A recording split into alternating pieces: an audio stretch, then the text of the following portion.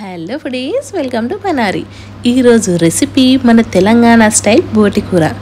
బోటికూర నేను చేసే విధానంలో చేయండి, అస్సలు వాసన రాదు, అలాగే రుచికి రుచి అదిరిపోతుంది. ముందుగా బోటిని ఉడికించుకునే ముందు దీనిని పూర్తిగా కడగాలి, లేకపోతే ఉడకబెట్టిన కూడా చెడు వాసనే వస్తుంది. కట్ చేసిన బోటిని 2-3 సార్లు వేడి నీటితో అలాగే 2 సార్లు చల్లనీటితో బాగా కడగాలి. ఈ విధంగా కుక్కర్లో వేసి పసుపు, కల్లుప్పు అలాగే అల్లంని కూడా వేసి ఉడికించుకొని పక్కకు పెట్టుకోవాలి. ఇప్పుడు ఒక ప్యాన్లో 4 స్పూన్ ఆయిల్ వేసి బాగా వేడయ్యాక ఎంత వీలైతే అంత సన్నగా తరిగిన ఆనియన్, పచ్చిమిర్చి, టమాటా అలాగే 1 స్పూన్ అల్లంని కూడా వేసుకొని కాస్త మెత్తగా ఆయిల్ తేలేంత వరకు ఉడికించుకోవాలి. ఇలా ఈ కన్సిస్టెంట్లోకి రాగానే 1/2 టేబుల్ స్పూన్ పసుపు, రుచికి సరిపడా సాల్ట్ని యాడ్ చేసుకొని ఒక 2 మినిట్స్ పాటు కుక్ చేసుకోవాలి.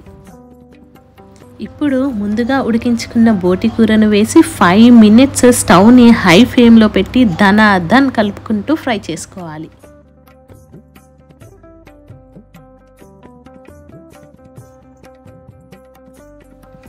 ఇప్పుడు 2 టేబుల్ స్పూన్ ధనియా పౌడర్, 2 టేబుల్ స్పూన్ కారం, 1 టేబుల్ స్పూన్ మటన్ మసాలాని యాడ్ చేసుకొని పూర్తిగా మిక్స్ అయ్యేలా కలుపుకొని 2 మినిట్స్ అలా వదిలేయండి.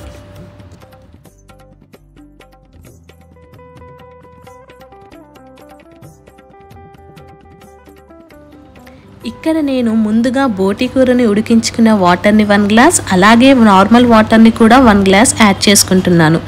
ఇలా ఒక్కసారి పూర్తిగా కలుపుకొని 5 మినిట్స్ మూత పెట్టి హై ఫ్లేమ్లో ఉడికించుకోండి. బోటికూర ఇలా ఈ కన్సిస్టెన్సీలోకి రాగానే తరిగిన కొత్తిమీరని వేసుకొని లో ఫ్లేమ్లో ఇలా బోటికూరని చిక్కపడేంత వరకు ఉడికించుకోవాలి.